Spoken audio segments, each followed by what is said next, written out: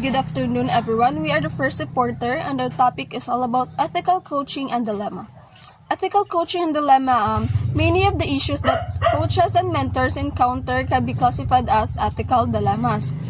This occur when a person either feels that they are being asked to do things that are against their moral values, or when they have a conflict between two or more of their own values. It is no wonder executive coaches are increasingly faced with the ethical dilemma of how to address ethics with clients.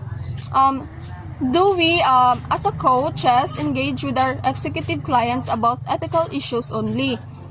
Once they brought it up in a coaching session, or when we see an ethical quagmire of which the client may not be aware. What is ethical coaching? Ethical coaching, it is the individual responsibility of each coach to aspire the highest possible standards of conduct. Ethical coaching, ethics in workplace coaching is about an appreciation of kung unsa ang tama o sa mali in certain situations, o paano sila mag-act sa katunga situation. Often ethics will be reduced to set rules or guidelines to help individuals act appropriately. What is an ethical dilemma? Ethical dilemma takes place in a decision-making context where any of the available options requires the agent to violate or compromise in their own ethical standards. Ethical dilemma, we've talked about the skills we need as a leader, as a coach, and the underpinning beliefs, but we are about our ethical dilemmas. Ang ethical dilemma kay dili siya always nagakuan lang sa black and white answer. Sa kani siya, we'll pay them some attention to ask some more questions that might help us to make the best decision for the situation.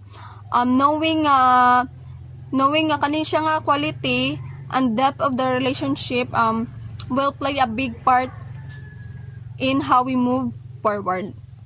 Why ethics important in coaching?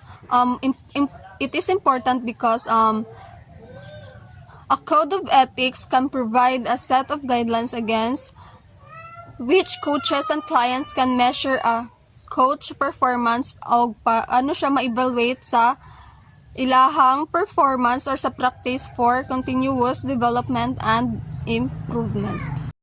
Hi, I am Romeo Binapeñas Jr. and I will be the next reporter for this group. So, why is it important for a coach to be ethical? So, every coach needs to abide by a code of governing ethics and acknowledge standards to the performance of their coaching work.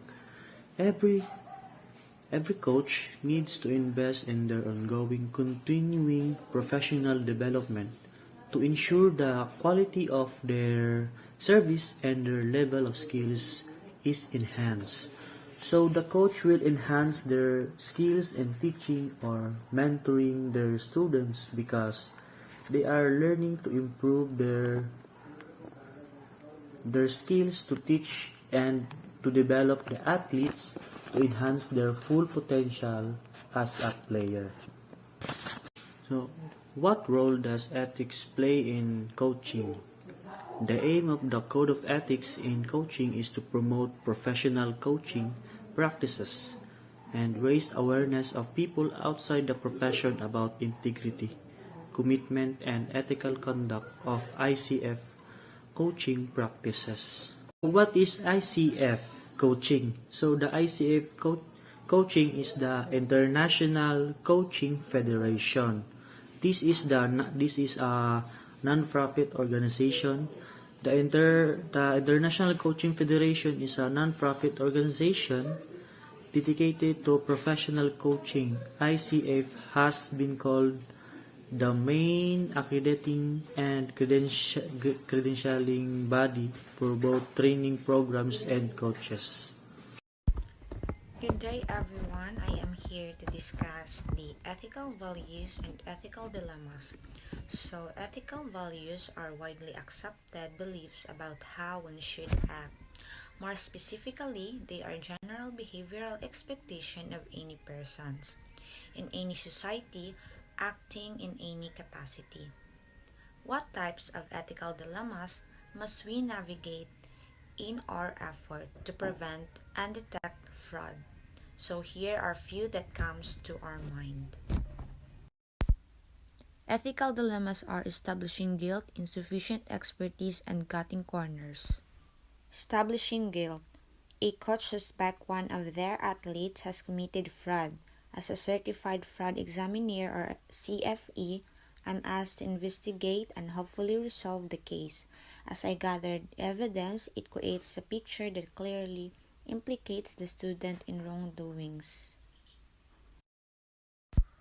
Insufficient expertise. We sometimes come to another ethical crossroads when being approached with a situation that may be beyond our skill set. Cutting corners. Perhaps one of the most common ethical dilemmas arises from a temptation to cut corners. For example, you might be having a difficult time gathering the evidence you need for a particular challenging case.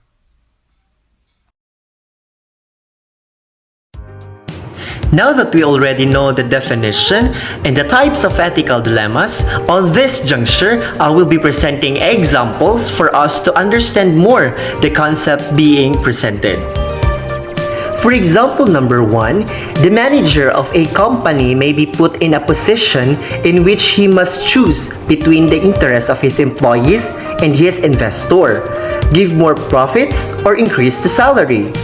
Example number 1 presents a manager of a company which he or she torn between two situations where both will have the negative and the positive effect in their company. So, si manager is nakakaranas ng dilemma, no? Kung kaya't kinakailangan itong pumili sa dalawa.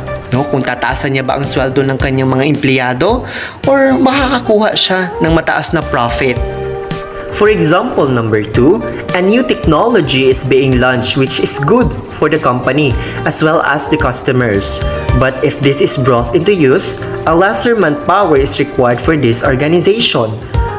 In this example, we can see that technology is really good for businesses. But when there is something new, there will be always consequences that needs to be faced, like in this example, that this new technology will result also to lessen of employees. So what is the relevance of this lesson to us, students, of this subject, Introduction to Coaching and Future Educators? The relevance we can get in this lesson that decision making is not just counting 1 to 3. One wrong move, especially in professional setting, can ruin everything. As for our chosen profession, we must always remember to consider everything. The gain and lose. By this, we can have a strategic idea on every decisions we make to avoid future problems to ourselves and other people. And that is the end of our report. Thank you everyone for listening and have a nice day.